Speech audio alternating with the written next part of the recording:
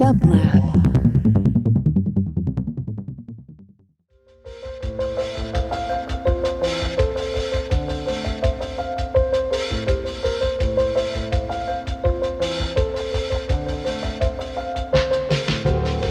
Welcome to the Quarantine Tapes, a daily podcast from Onassis, LA and dublab. Hosted by Paul Holdengräber, this series chronicles shifting paradigms in the era of social distancing.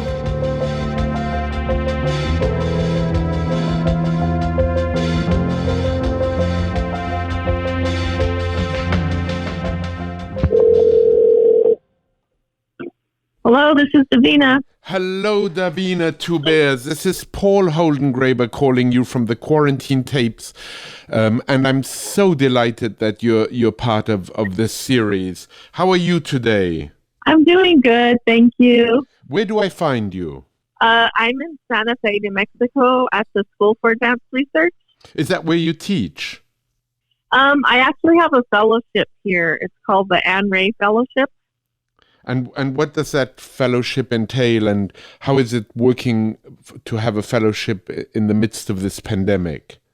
The fellowship is a writing fellowship for Native Americans. So I'm working on publishing a book chapter based on my research and also a journal article for Kiva Journal, and also starting to research for transforming my dissertation into a book. So I'm starting that project as well. But I've been here since September, and my fellowship ends at the end of May this month. So it's been a wonderful place. It's a beautiful environment, and I really made many friends here with the other scholars. I'm not just the only scholar here. There was 4 other scholars, and there was also 3 Native American artists that were here as well. And so it's been a really beautiful place to just think and write, and I feel really lucky to be here right now during the pandemic. Has the pandemic in any way affected your daily life? It has. I mean, mostly the way it's affected us is that I live with my 2 daughters. They're young adults, and so we've just been restricted, and we don't go out at all like we used to. Santa Fe is a beautiful place, and there are many nice restaurants, and we just haven't been able to go out, and it's such beautiful spring weather. I guess the way most people are going outside is taking walks or hiking or biking. So we've definitely been taking advantage of those kinds of outdoor activities. But as far as like shopping or going to restaurants or going to the movies or, going to the park, those are closed except for the hiking trails. So it is a very beautiful place to be in socially isolating, so I can say that that much for it. And also, I have a lot of family in Arizona, and I haven't been able to visit them because they're also practicing social isolation. Right. Can you start out maybe by telling us a little bit about the nature of your research, and perhaps first by describing Richard Henry Pratt and the Federal Indian Boarding School system, which I know is very important in your research. Yeah, he was the person that had the idea of establishing an Indian boarding school for Native American children in the late 1800s. So he established the first Indian boarding school in Carlisle, Pennsylvania. And his ideas were based on his experience overseeing Native American prisoners at Fort Augustine in Florida. Or Fort Marion, I'm sorry.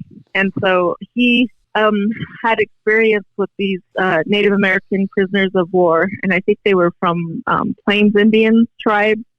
And what he did with them was that he taught them English and also how to, he taught them English and how to read and write, and also how to Christianity was a big part as well of the things that he was trying to teach these prisoners, and he saw that this could be applied to Native American children, but he felt that it was very important that children be separated from their families, otherwise they wouldn't be able to learn English. But it was the government's way of the government endorsed his idea, and it was their way of forcing Native American tribal groups to be, I guess. I mean, he has such an adhered. Extraordinary he has such an extraordinary sentence about the school where he says, "Kill the Indian, save the man." Oh yeah.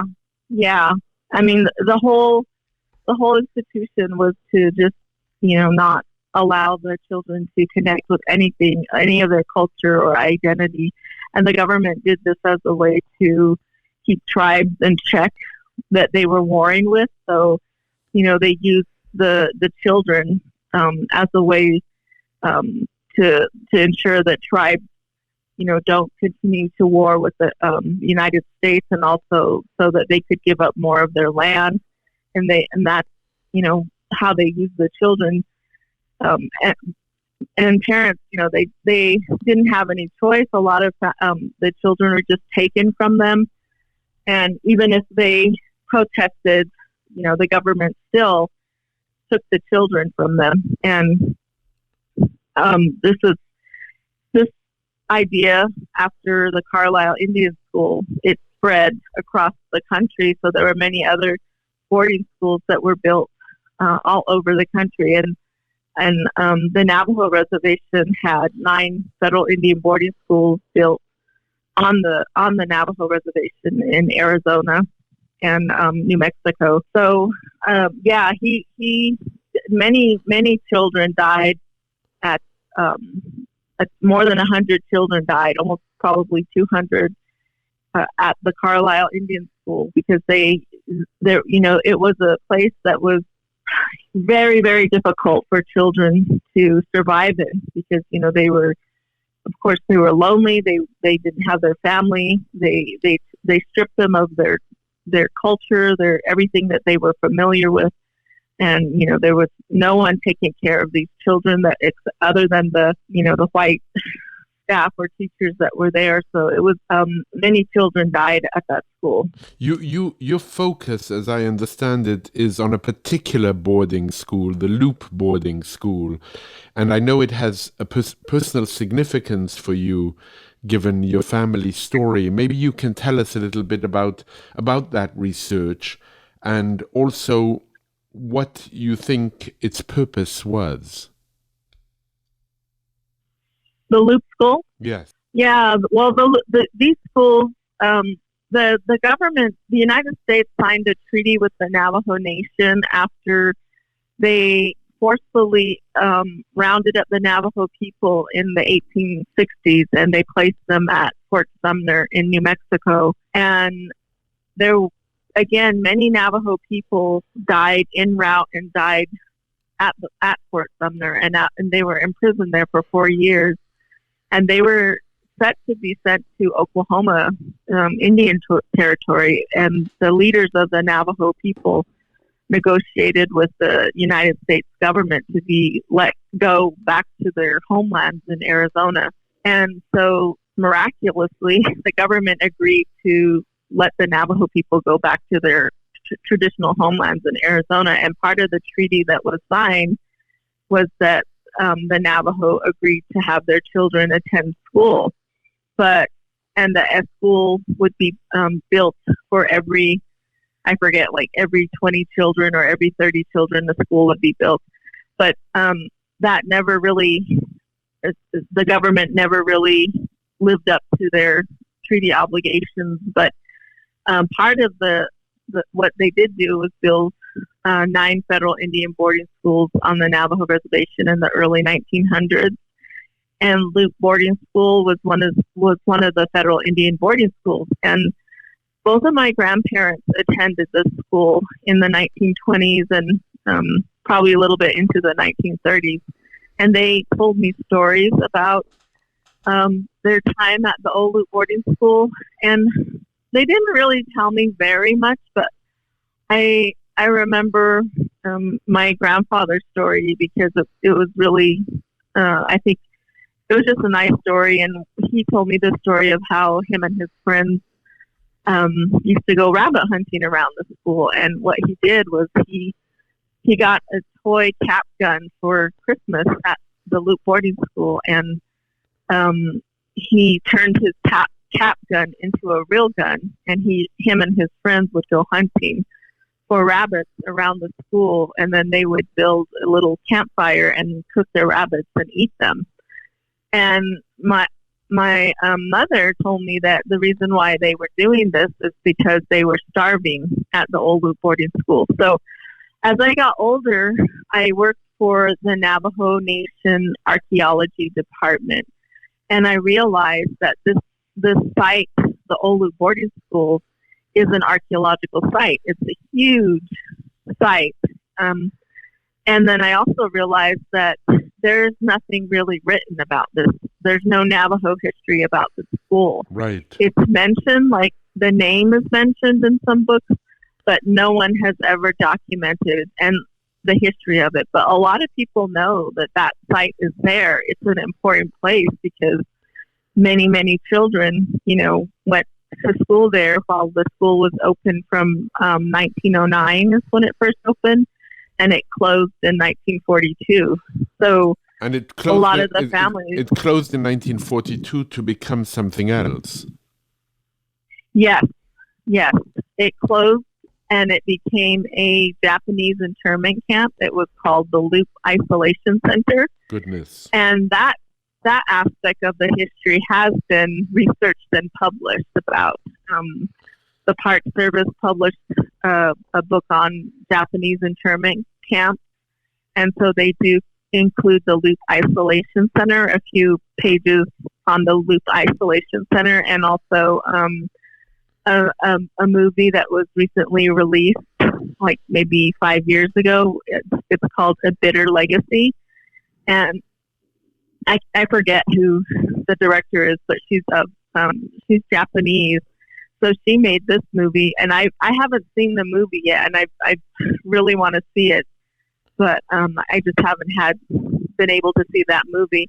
And then, so that aspect of the Loop boarding school has been researched, but the Navajo history of it has not.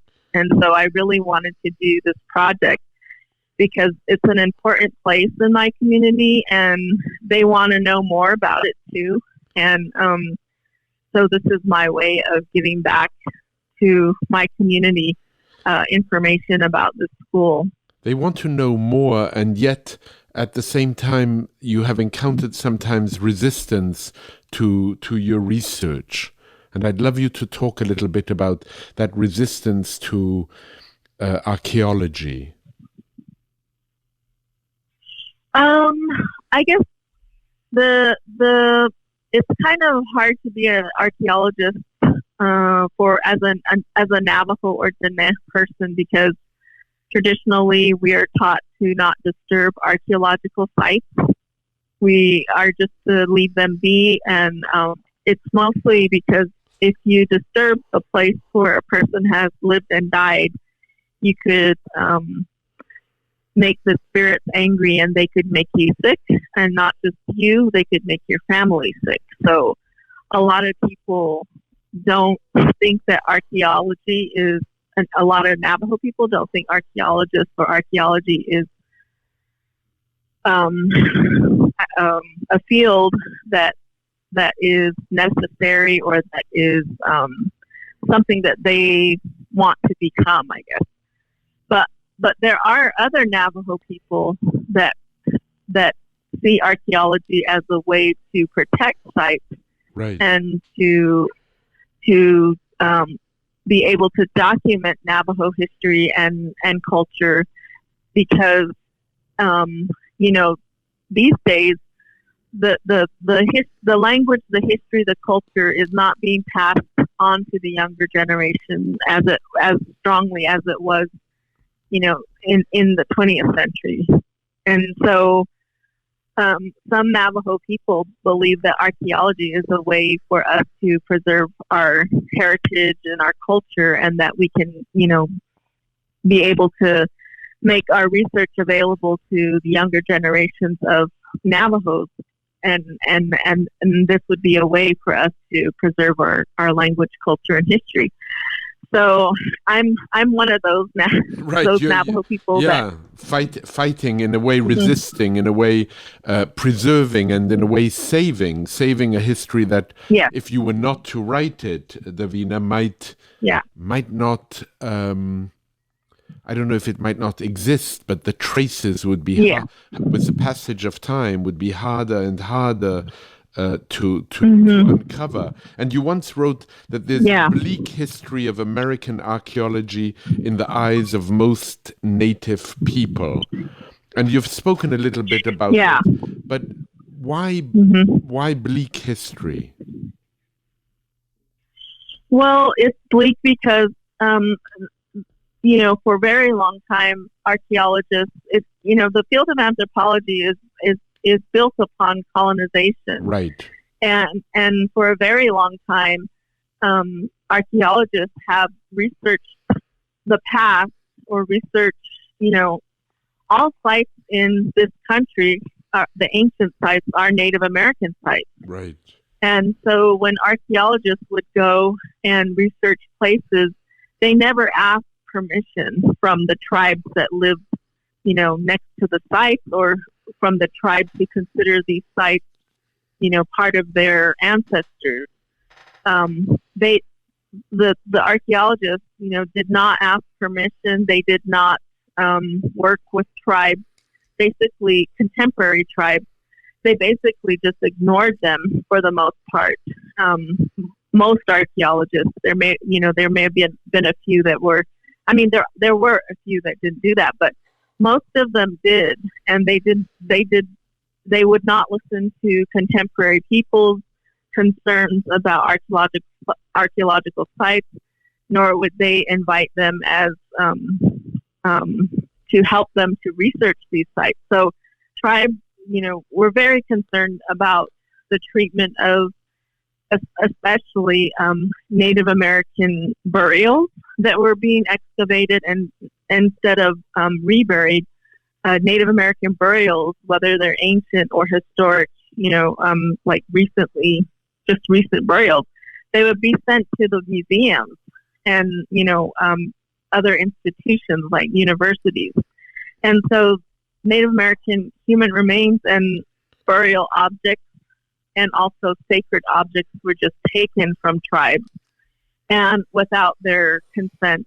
And so tribes were for a very long time, have been protesting this ever since it's been happening. But finally, after the 60s, with the civil rights movement happening and the American Indian movement that happened as well in the 60s and 70s,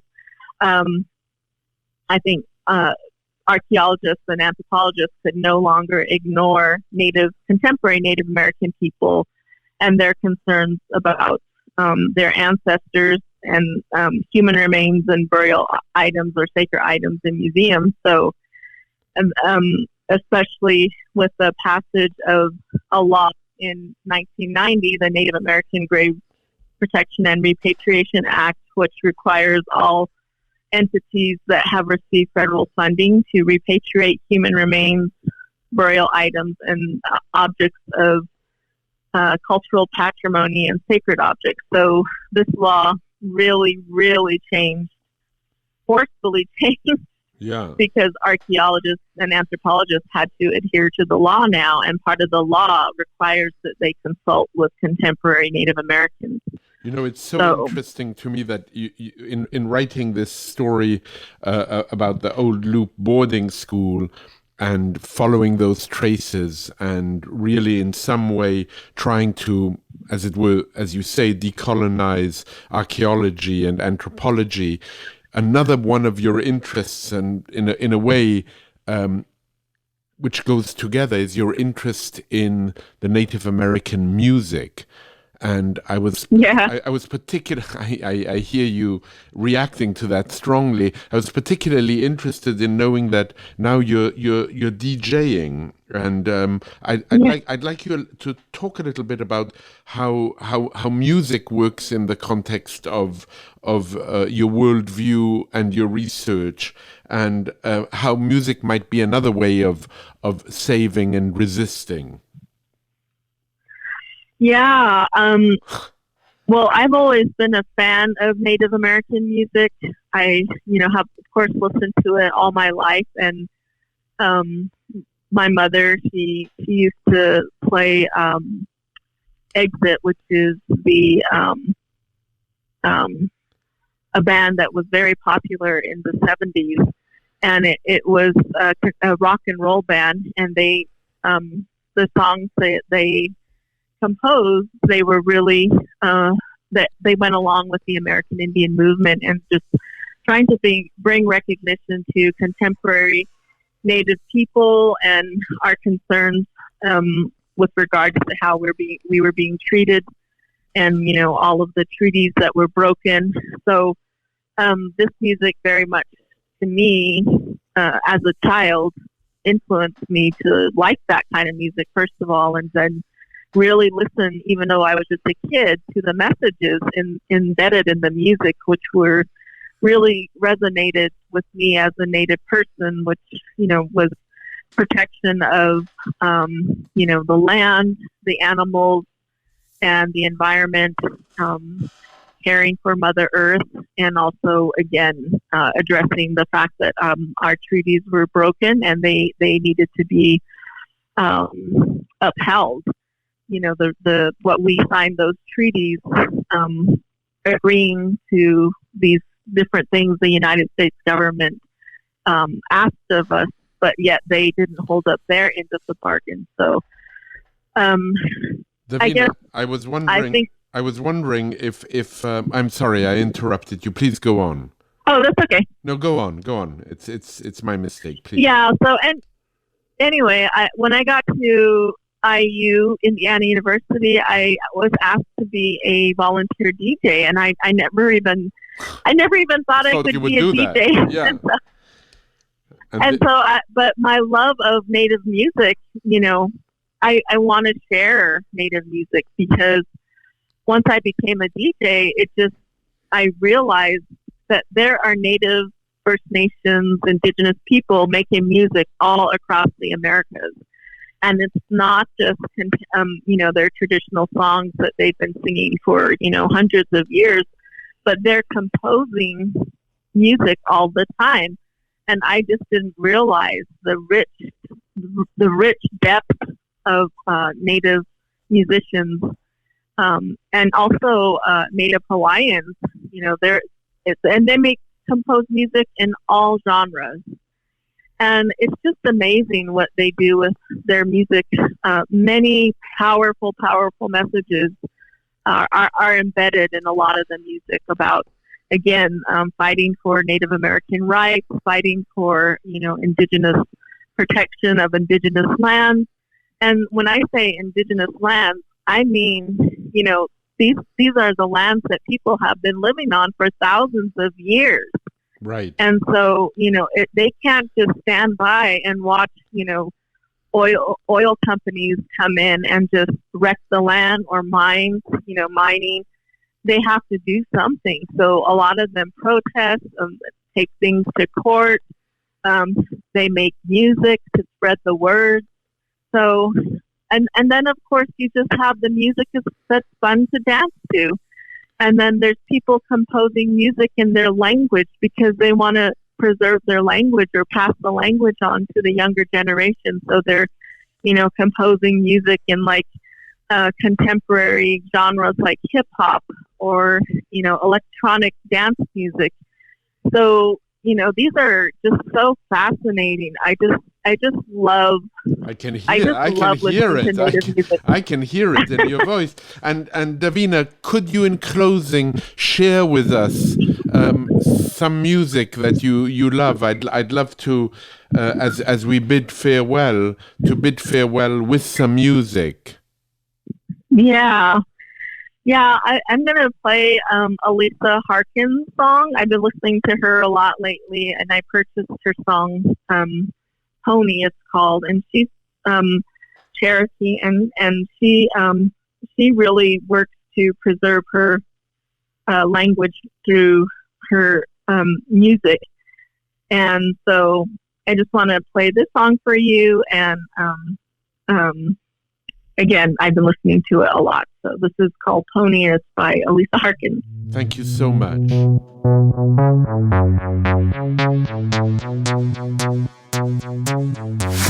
Rodeo, rolling like a star, told that key, chogo isaya.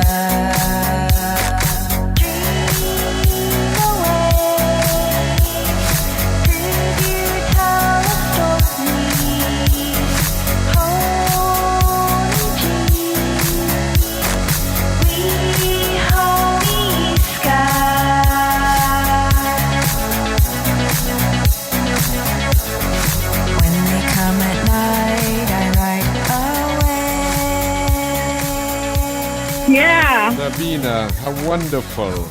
How wonderful. I look forward to getting it myself and listening to her. Is there anybody else you suggest I listen to?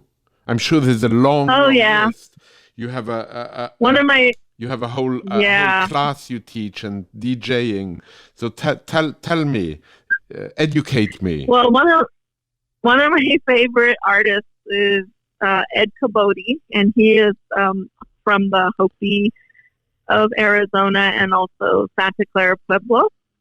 And he also has a band. So he does solo performances, and then he also does performances with his band, the Yodis. And he's one of those singers that embeds so many powerful words into his music, especially about protection of water and the land and the environment. And he puts on a educational concert every year in January. It's called Rumble on the Mountain in Flagstaff, Arizona. And so he for that concert, he invites speakers from around the northern Arizona to talk about different programs that are protecting water or the environment, and then he also invites musicians to play music as well. So it's a whole day affair. How fantastic, Davina. It's been such a pleasure and so instructive. I've learned so much speaking to you. I really, really want to thank you. I want to thank you, and good luck with your research, and good luck in making your dissertation a bestseller. Oh, thank you so much. I really enjoyed talking to you. And to you, all the best to you. Take good care of yourself and your family. Okay, thank you. You too. Bye-bye. Bye.